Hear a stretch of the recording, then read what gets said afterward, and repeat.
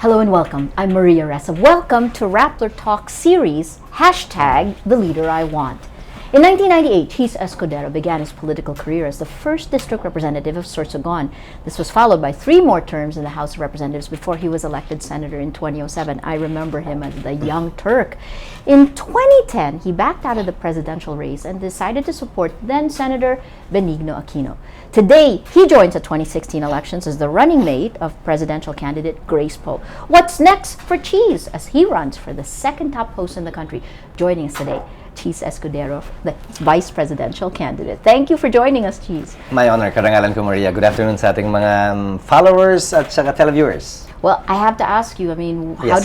how did you react with Comelec, the 2nd District's decision last night on Grace Poe?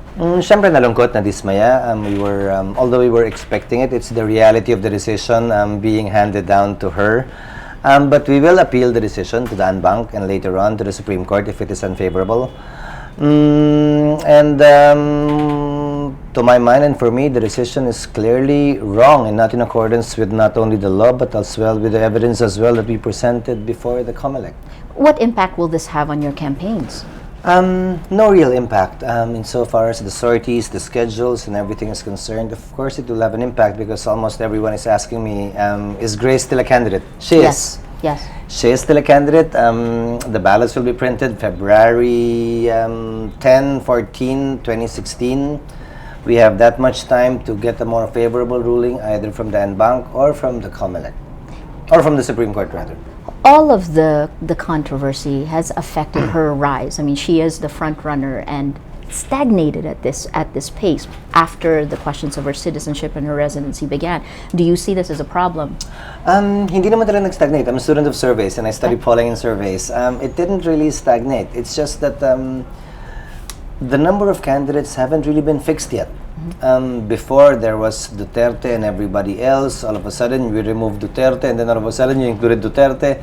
So it's really difficult to read because the number of candidates, the number of participants in the survey is changing for every survey period.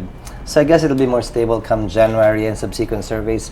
You'll see, you get a better read of the surveys after that. This is a fascinating election to watch. I mean, Grace, to say the least. Yeah, Grace. To say the least. So Senator Poe, Grace herself, how did she react last night? Nalungkot siya, syempre. Kasama ko siya kagabi. Magkasama kami nung hapon din sa Senado. Nag-attend kami ng session. Sinabi ko na sa kanya na may balita, pero wala pa tayong kopya. So gabi nakita kami, may kopya na siya. Syempre nalungkot, pero bakas mo rin sa mata niya yung battle scars, ika nga. Nagsimula siya, wala namang bumabanat sa kanya, walang tumitira sa kanya. She was the darling of the media and everybody loved her because she was a senator, the #1 senator. Everybody wanted her to be their running mate. But as soon as she decided to run for president, everything changed. So she's learning quite a bit that when you're ahead, people will tend to hit you. Of course. For no reason whatsoever, simply because you're ahead. Is she tough enough to take it? I think so, and she's if not, she's getting there because nobody is tough enough really to face up to ththese kinds of attacks. Nobody, I think, is built that tough. Not even the most seasoned of politicians can actually withstand these kinds of attacks, especially if your daughter talks to you and asks you about hindi mo talaga kilala yung nanay mo, yung tatay mo. Hindi naman nila alam yun eh. Hindi naman nila naunawaan talaga yung ibig sabihin ng adopted. So it's quite difficult. It's quite difficult especially for her, given that it's her first time to enter politics only in 2013. You've been in national politics since 1998. Since 2007. Since 2007, so you were a councilor. What have you learned? How has it changed? It's getting dirtier and dirtier given technology, given the benefit of anonymity. It's getting worse compared to before. Before, you needed to be on cam to be heard or to be listened to. Before, you needed to write a letter to the editor before you can be listened to. Now, anyone and anyone can say anything they want to say and it can reach you. All they have to do is tag you or go to your Twitter account or Facebook account and it'll reach you. And one way or the other, all politicians are human. They are affected and they will be affected always, one way or the other. What role is social media playing in your campaigns? Yun yung pinaka ginagamit namin ngayon kasi yun lang yung libre. I think I'm the only candidate for one of the top 2 posts that haven't posted an ad either in the newspaper or on television or on radio as of today. It's mostly social media. We post our comments there, we post our activities there, hopefully, it's been helping us. What would you change as vice president? Again, you've had this experience in national politics. What would you change? Insofar as the campaign and elections are concerned? In general, as running as vice president, right? What do you want to run for? What do you want to change? Insofar as elections and campaigning first, I would have thought that things would have changed for the better now. That people would be talking about not the candidates, but their platform and program. But the people the candidates will be serving. At the end of the day, it's still about the candidates. It's about 80% about the candidates and 20% about what they intend to do and what they plan to do. Is that unexpected to you, though? I mean, you know how weak the political I'm party eternally system is. hopeful. I'm an eternally optimistic and hopeful person. I always say, every time there's an opportunity to change every 3 years, you can't take that away from me or anyone else in politics who's relatively still young. Although I've been in politics for quite some time, I'm still relatively young compared to the others. I'm eternally hopeful that it will change. It may not be within my time, probably after my time comes. Insofar as government is concerned, I want a government that plans more before it acts. I want a government that knows what it's doing instead of simply doing it by shooting from the hip. I had a wide experience insofar as how things should be done when I was chairman of the Committee on Finance, and I learned a lot. In fact, that's one of the reasons why I wanted that position, because I wanted to learn how government runs. And I learned a lot, following the same saying, an old adage that you should put your money where your mouth is. That's where you see how government projects are implemented, initiated, and how things actually get done. And I would want to be able to bring that in government. Our medium-term development plan is only good for 6 years. I think we're the only country with a medium-term plan that's 6 years. Other countries have 20, 30, 50, even 100-year planning. Tayo lang yata every 6 years, which coincides with the term of a president. I want to see a country that plans for generations ahead. And I would want to bring that to the table with Senator Grace. You talked about platforms, ideas versus personalities, and yet all this, there are academic studies that say up to 80% of how people are going to decide is based on how they feel. Trust is a big thing now. I mean, what defines you? What can you tell people to show that you are trustworthy? Actually, ang pinakamahirap na tanong na pwede kong sagutin, even when I was in college, the most difficult question was, why should we accept you in our organization? Same is true now. Why should we vote for you? Ang mahirap kasi hindi ko ugali magbuhat ng bangko, hindi ko ugali sabihin ginawa ko to, ginawa ko yan, sana nakita na o narinig na yung ginawa at nasabi ko, or if I'm asked a question, I will answer. Pero ang hirap ibenta yung sarili mo. Then let me ask you, what defines Chiz Escudero? What defines Chiz Escudero? Actually, nobody has asked me that question. Compared to the others? I guess what is a core thing about you that stands for you? What do you stand for? Aside from, I guess, right, you go back to social media and authenticity. What is the core of Chiz? For me, I've lived honestly all my life in government, and I would want to bring that forth, and that's at my core. I mean, so far as being able to do what I can do within the limits set forth in front of me, given my own constraints, I've always lived within my means and always moved and acted within my means.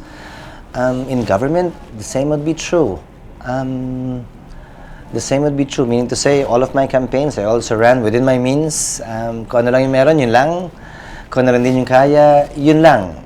But I've always tried to excel beyond what I was made for or built for since I was in college. One of the stories that Rappler did was on your wedding in Balasin, and brought up the ninongs that you had. I guess defining conflicts of interest and corruption, these are two issues. Heard that. How do you define this for yourself? I've heard that.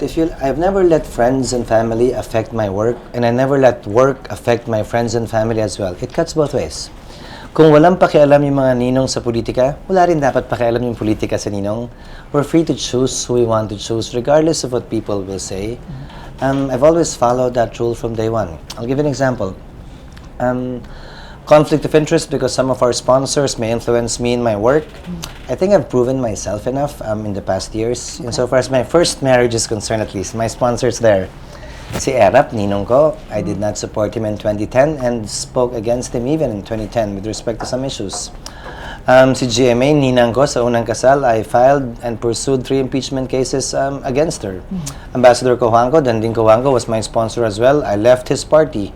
And now I'm running against one of my former ninongs, Senator Marcos. So, wala namang kinalaman yun sa trabaho. Tulad ng ibang traditional na pamilyang Pilipino, kukunin mo mga ninong, yung gustong kunin ng magulang mo. Di ba? Yung nagtrabaho siya doon, kumpare niya yun, kaibigan niya yun. Now, in the case of Heart, most of our ninongs and ninangs were because of her. So, for example, we got Duavit and Gozon because she's working for GMA. We got Gabby Lopez because she used to work for ABS-CBN. We got Victor Rosario because of Viva Films. The other personalities there were there when we were starting out. They were actually close to us. Sabi ko kasi the second time around, wala na dapat at hindi na dapat kasama yung first show na ninong. Dapat yung kilala talaga namin. Yung nakakausap namin at mapupuntahan namin. And all of them are actually close to us. So if you look at what you've accomplished now, what are you most proud of? Still in Sorsogon, I would be most proud of creating the city of Sorsogon and being able to channel, as of this year, about 700 million a year already from a combined era of only 60 million. Hopefully it's being used properly because I'm not the mayor. But at least the funds are there, available and hopefully being spent for the good of the city. As a congressman too, being able to energize all of our barangays in one term. That was principally because of ERAP at that time, because the PDAF at that time was not enough. And we were about 68% energized against the national average of 73%. But in 2 years of ERAP's term, we were able to energize 100% when the national average was, again, still at about 75, 78 at that time. In terms of politics, what do you think you've accomplished? I mean, a key... In terms of politics, I've always spoken my mind out. I've always received criticisms for speaking my mind. People have always thought differently of me because of the positions I've taken, but that has never stopped me to actually say what I believe in, expose what I think should be exposed, and basically exercise the right of free speech. With some, I have been proven wrong. With others, I was proven right. But as long as I believe in it, I will still stand for that. So you said that the campaigning is more difficult now because of social media, because of technology, right?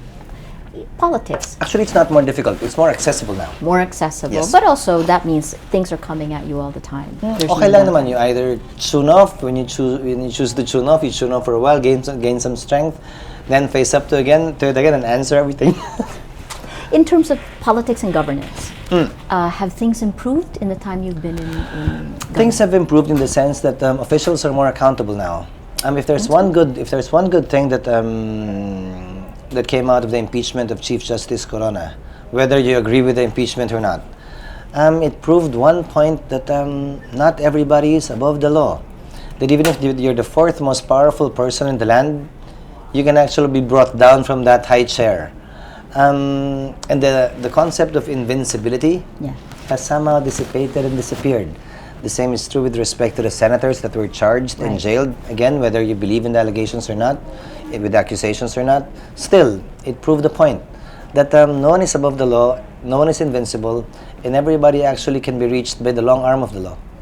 As Vice President, if you win as Vice President, you will need to work with any president, any of the candidates that are out there. Can you name their strengths and weaknesses? I'm of course hoping it will be Grace. Yes. Strengths and weaknesses. Let's start with Mar Rojas. He's been in government long enough. That would be his strength. His weakness would be the same thing. He's been in government long enough, and I guess he knows the answers to all the questions. He won't be too open to listening to and hearing advice, even if they're well-meaning and correct. Vice President Binay. Vice President Binay, even longer in government. I think his weakness will be he'll be too busy answering allegations if he wins, fending off attacks if he wins, rather than governing. His strength would, of course, be his experience in local government, knowing what the problems of the local government units are. Whether or not he will actually be able to do something about it is different. At least he knows. And then the wild card, Mayor Rudy Duterte. His strength would always be very much like Mayor Binay, Vice President Binay rather. He knows local government. Yeah. But his weakness would be, I guess, himself. Whenever he speaks too openly, whenever he speaks his mind out, he tends to forget simple courtesies that are expected, not only of candidates, but of human beings. What do you make of his popularity? Um, it's Trump-like, I would like to say. It's Trump-like. His words are exciting. Politicians don't usually use the words that he uses. So it tends to land in the headlines. It creates noise, it creates buzz. It will give the initial thrill, but I guess and I think it would only amount to that.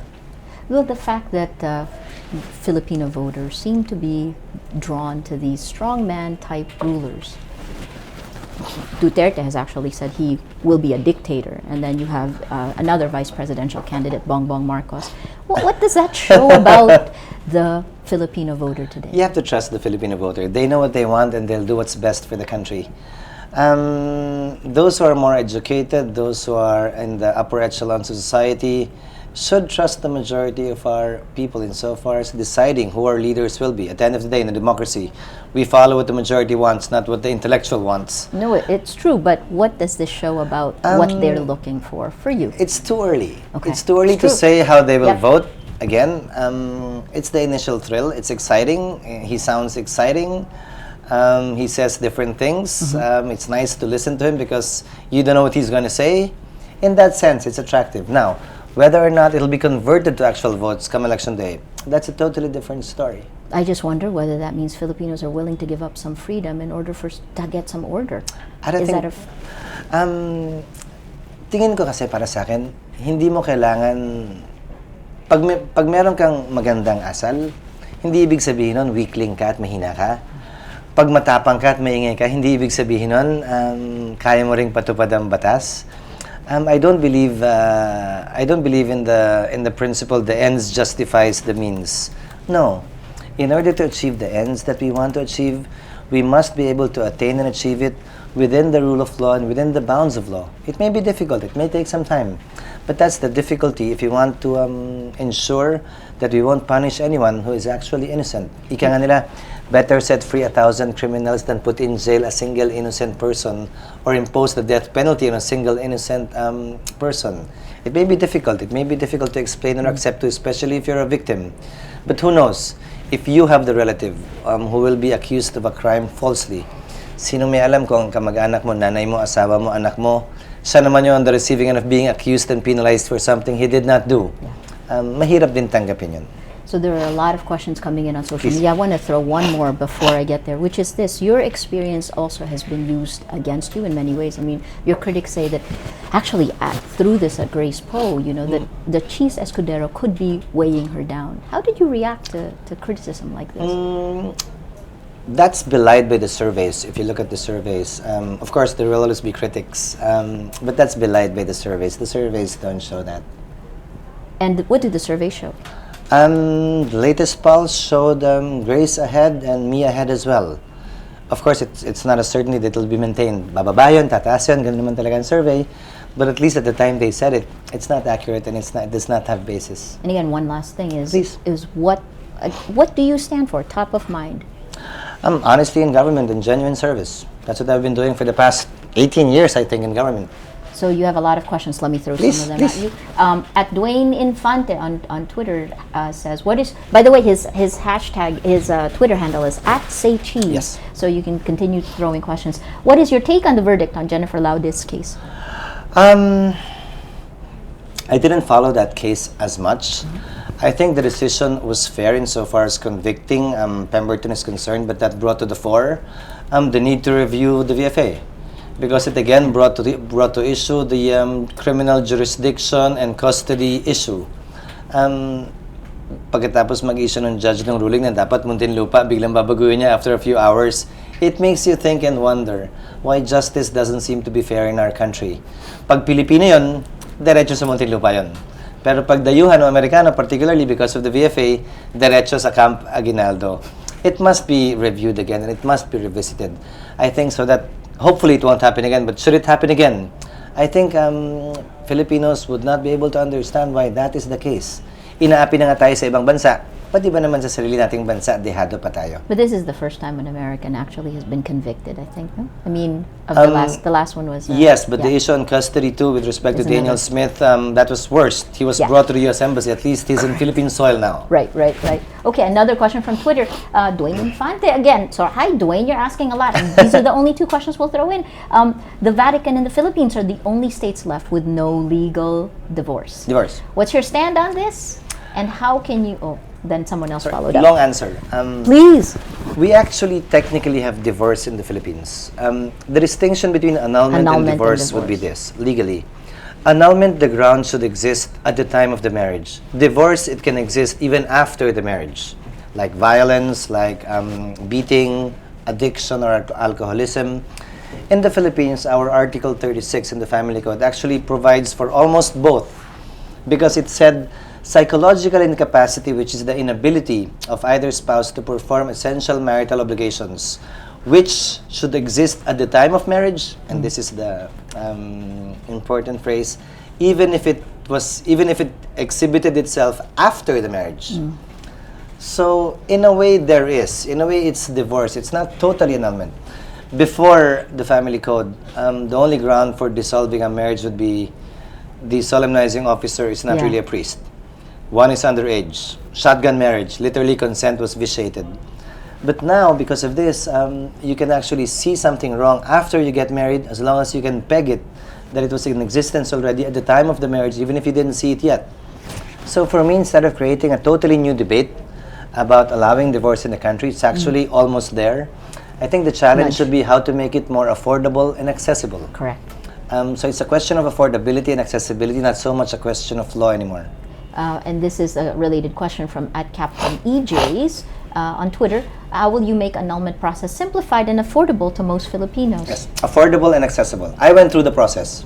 In fact, Pope Francis came out with a recent encyclical that said you don't have to go to the regional archdiocese. You can actually get it from the provincial archdiocese. And it doesn't have to go to Rome, and they have to decide on it within 6 months. They're actually more efficient than our courts, if at all. This is from, this is an interesting one, @Fe Marcos. Asks, how would you react to a Duterte Escudero choice? Would you just sit pretty like Binay, or are you willing to meet halfway? Good question. What do you mean by sit pretty? I think he's asking, can you work with the Duterte presidency? Can I work with the Duterte presidency? Actually, his question is, how would you react to a Duterte Escudero ruling? I think that means if you're vice president, if you win. If that's the tandem that would win. Yeah. Part of the job of the vice president, if at all, whoever wins, when he takes his oath, would be to serve the incumbent or sitting president and to accept whatever job the president would be giving him, whoever that person may be. But of course, I would not want to think of any other person than Senator Grace. It'll be a challenge. You would have to sleep over it, I guess, and think your way through it. Unlike if it's Senator Grace, when matagal na kasi kami magkaibigan eh.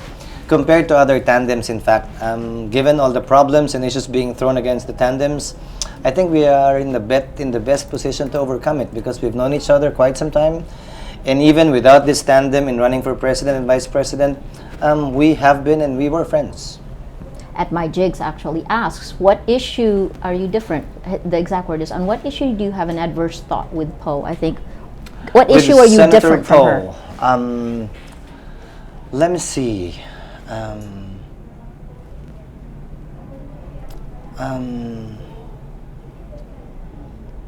On the basic issues, we're almost the same. On BBL, death penalty, I'm thinking of the issues one by one. Yeah. Focus on manufacturing. Ever had a fight on an issue? I think on amendments to the Constitution, she's less flexible than I am, although we're both open to a review. Okay. Because as a lawyer, I'm of the belief that the wisdom behind any constitution is the ability for a constitution to be changed and amended to adapt to the changing times. Yes. Something with our country's not really doing that well right now. I know. Right? Yeah. She's open to it, but more inflexible than my position insofar as that is concerned, given that I've seen it. Our constitution next year will be 29 years old. Yeah. And it hasn't and been you're touched. open to changing it. I'm open to reviewing it and changing what needs to be changed. It's not etched in stone. Right. And we shouldn't change it simply because people don't want it. We should review it and convince our people if things need to be changed. Well, like technology or the 60-40. Take, for example, media. CNN, BBC, and any other station is inside my bedroom. Correct. I don't even know who owns it. And here we are saying it should be 100% Filipino-owned if it's here. I know this firsthand. We can talk about that later on. Let's take a question from Mindanao at G. Tinsef. If elected VP, how would you help solve the energy crisis, especially in Mindanao where the daily reserve is very low? It'll be solved in 2 years, actually. It'll resolve itself. By 2018, our reserve in Mindanao will be 100%. The current capacity available in Mindanao is about 1,200 megawatts. The power plants being constructed right now is about 1,350. So double what Mindanao needs. So by 2018, Mindanao will have 100% excess capacity. It's Luzon that may have problems in 2018. Wow. Mindanao won't. There will be an oversupply of power in Mindanao. Why did it take too long? Because it takes about 2 to 3 years to process permits to construct a power plant, and it takes about 2 to 3 more years to actually construct it and put it within the pipeline. So it took a while before government was able to act and react. So I'm going to go off this and just ask you, the series is called # The Leader I Want. For you, in choosing a leader, what do you look for in a leader? Heart. The intention to govern properly and correctly and to put the best interests of our people in mind. And as a leader, what guides you? The same. Heart is a very difficult thing, huh? What if... The same. If for as long as you believe deep down in your heart that you're doing the right thing, honestly and deeply, of course, after knowing everything that you need to know about a certain issue and deciding based on that and not based on anything else, that to me is essential insofar as any leader is concerned. If you could only work on one thing, what would you work on? In government? Change one thing now. And I know you have an encyclopedic knowledge already of... One thing. Yeah. How we allocate government resources, because that's the key in everything else. Governance for me is allocating government scarce resources. If you're able to do that properly, prioritize things properly, then you would have governed properly as well. This last administration, the Aquino Hasn't. administration. Well, that's what I was going to say. The best and the worst. The best. They've been able, as I said earlier, they've been able to make people accountable that were usually untouchable. So it showed and proved that nobody is above the law. The worst, they're a bit slow insofar as implementing projects and not too accurate and good insofar as allocating our scarce resources are concerned. For example, I said that in the forum the other day. Underspending last year was 303 billion. Right. And yet they refuse to give us a tax relief of that will only cost them 30 billion. I don't understand that.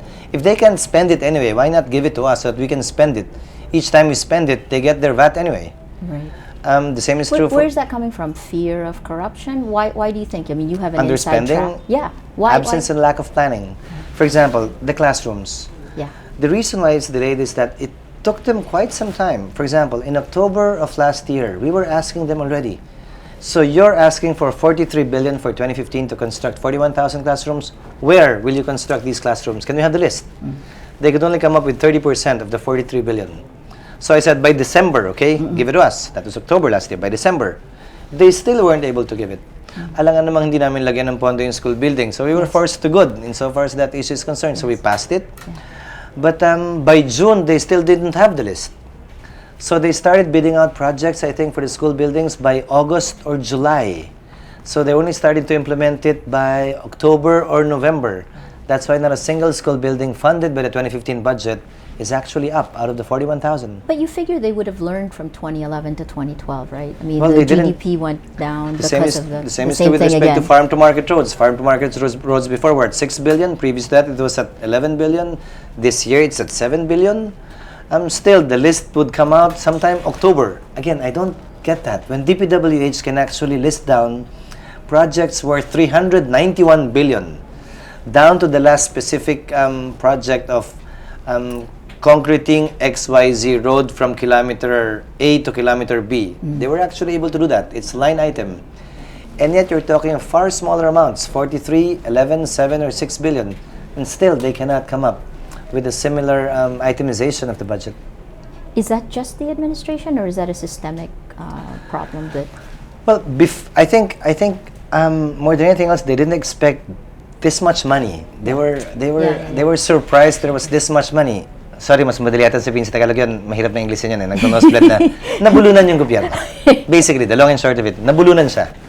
They took in too much too soon, and they simply couldn't manage the huge amount of resources given to each department. The absorptive capacity basically was low in each agency, and that affected actually their economic growth. Of course, pump priming, right? If you don't spend, you can't actually... Well, we're bragging push that the we're economy. spending 5% of our GDP for next year insofar as infrastructure is concerned, but if you can't spend it, that figure would be useless. So the last question is about you. So you've been in tough positions where you're not sure which way to go.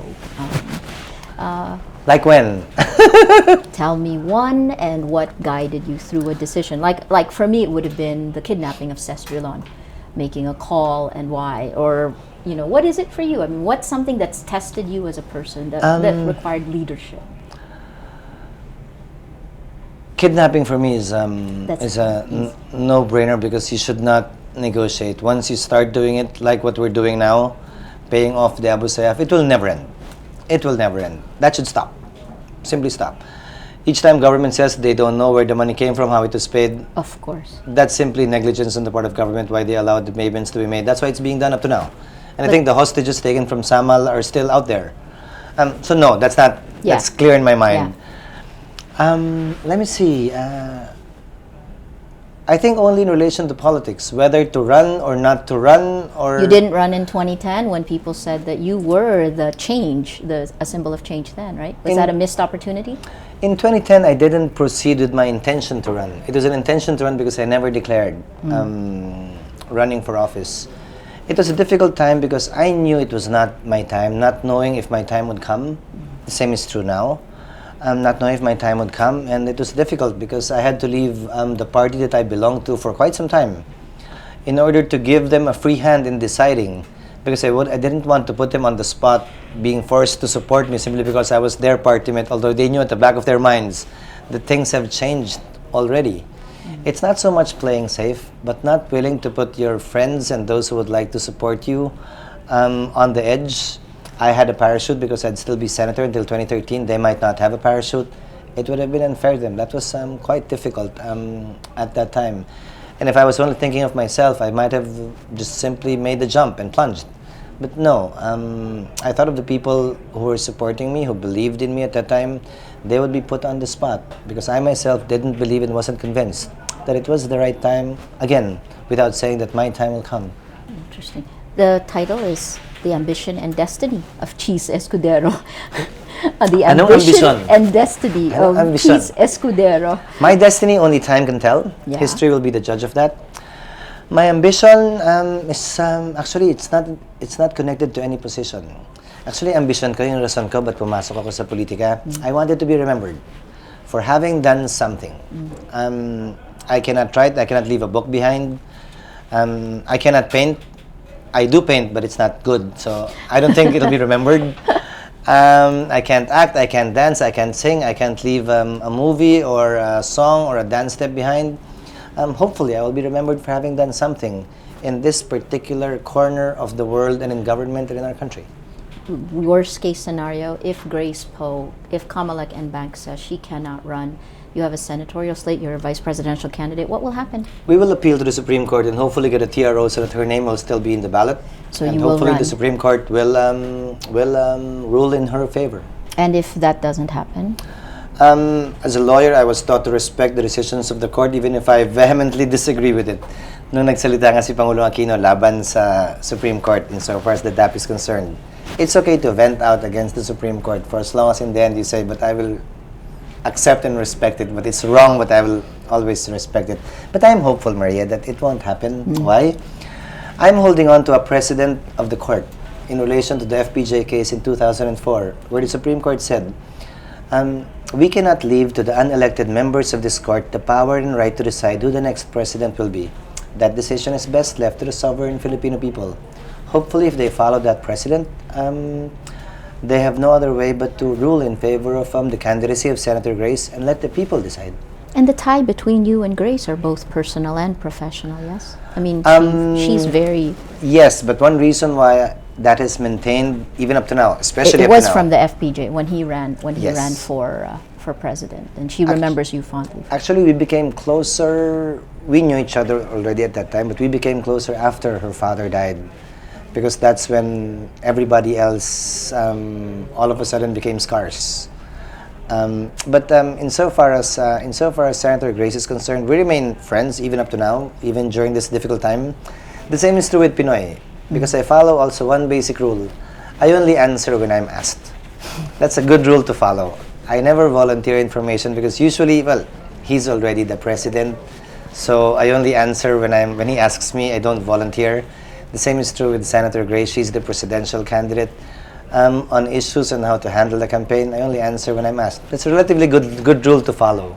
Your last thoughts on leadership, and what lessons you've learned in leadership, what you look for. Only people who've really led know how difficult it can be. Para sa akin, isa lang yung rule na sinusunod ko sa pagiging leader o sa paninilbihan sa gobyerno. Kung ano ka bago ka pumasok, ganun ka rin dapat paglabas mo. That will define how you served and how honestly and trustworthy you were while you were serving. And that will also make you live a more meaningful and comfortable life after you leave government. Tinuro sa akin ng tatay ko yun at magandang karanasan yung pinagdaanan ko doon. In 1986, my father was Minister of Marcos from 84 to 86 only for about 18 months. Ang dami niyang kaibigan nun.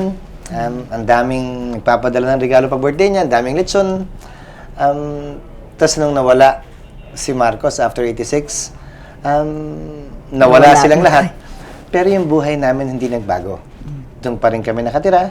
Yung pa rin yung kotse namin. Yung pa rin yung eskwelahan pinag-aaralan namin. Nagpupunta pa rin kami sa parehong restaurant tuwing linggo sa Max. So it didn't change. The others, their lives changed drastically because they allowed politics and their position in government to change their lives as well. I have followed that rule strictly also in my own sphere and in my turn this time around. Since I entered politics, I've been living in the same townhouse. I'm still living in the same townhouse up to now. I was a congressman for 9 years in Sorsogon, and I lived in my father's house because there was no need to have your own separate house. And after my stint as a congressman, I still live in the same room in my father's house. So it's still the same, and it's a good rule to follow. Fantastic. Thank you. Thank you so much. We've been speaking to Vice Presidential candidate Chiz Escudero about the 2016 elections. These are going to be amazing times. 5 months left. I'm Maria Ressa. Thank you for watching. At Say Cheese.